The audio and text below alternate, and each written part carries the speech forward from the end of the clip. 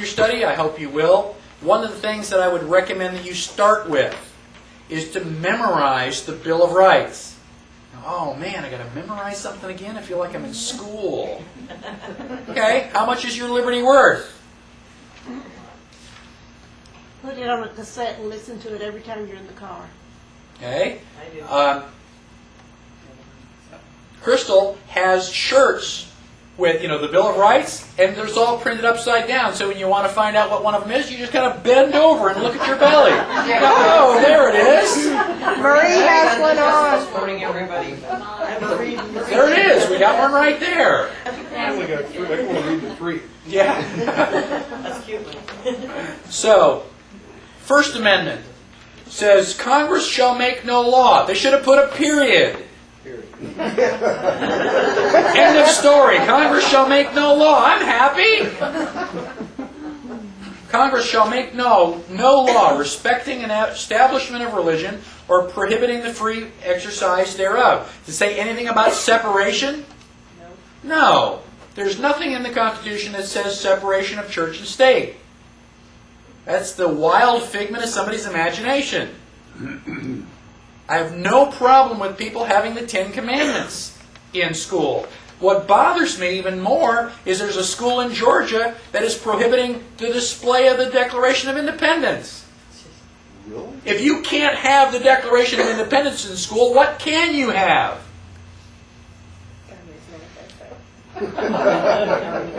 Yeah. Or abridging the freedom of speech, or of the press, or of the right of the people peaceably to assemble, and to petition the government for a redress of grievances. These are personal rights. You have freedom of speech only in Scrabble and crossword puzzles? You only have freedom of speech in the things that I agree with? No. If that was the only thing, you wouldn't need freedom of speech, because we agree. You have freedom of speech even when somebody else, oh my gosh, I'm going to toss and turn all night. What you say just drives me crazy. I won't be able to sleep tonight. Too bad. It's a personal problem. That's what freedom of speech is. So, petition the government for a redress of grievances. We can sue the government and presumably win. The government works for us. One of the things that they're doing right now is they're taking a remonstrance to Washington.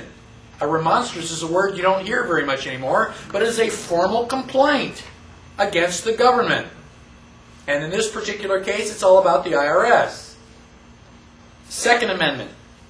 A well-regulated militia being necessary to the security of a free state, the right of the people to keep and bear arms shall not be infringed. Does it say anything about the National Guard? No. No. It said, well, wait a minute. What is that well-regulated militia?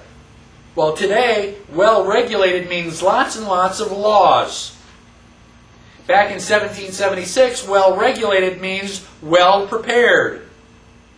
You got a pound of powder and 16 balls for your rifle, and you know how to use it. Where do you think the Minutemen came from?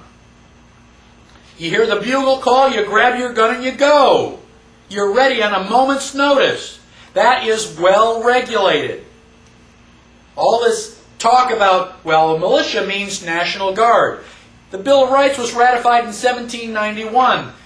The National Guard didn't show up until the early 1900s. You telling me the Founding Fathers were premonition? Most people forget that the United States started when the British tried to take our guns at Concord and Lexington. We said, hell no.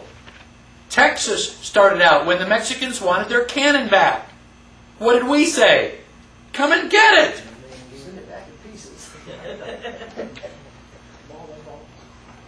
Third Amendment.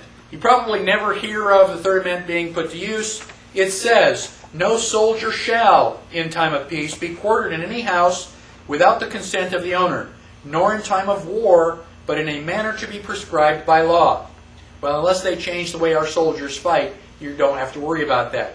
But back then, the army traveled on its stomach. they'd stop in town, stop marching, they'd say, okay, dismissed. And the soldiers would go knock on the door and say, okay, I'm sleeping in your bed, you're sleeping on the floor.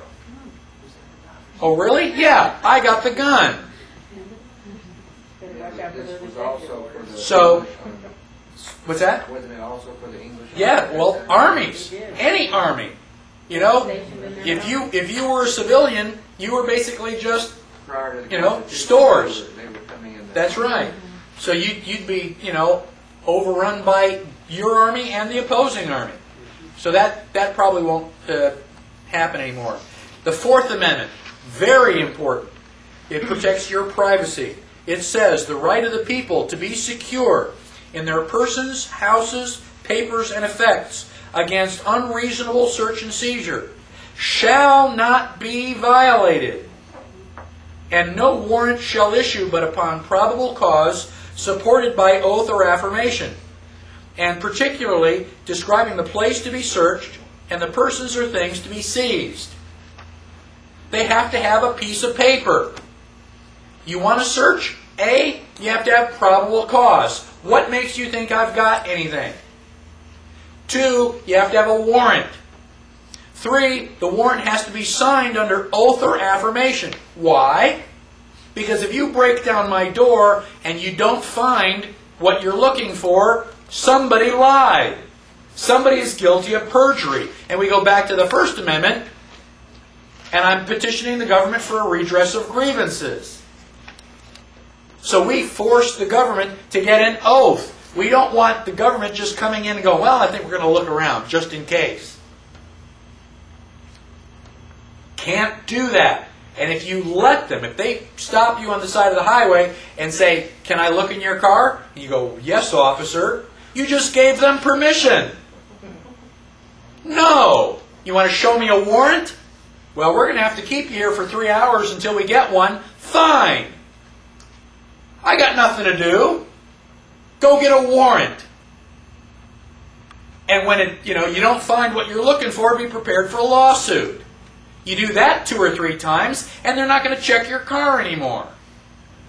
Is that true even if you have a license?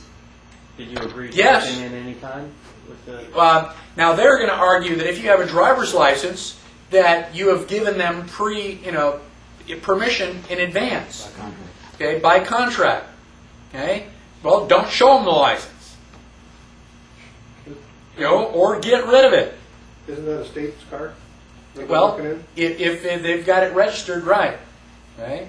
So basically, you've got to be careful. If you are a United States citizen, you have no rights.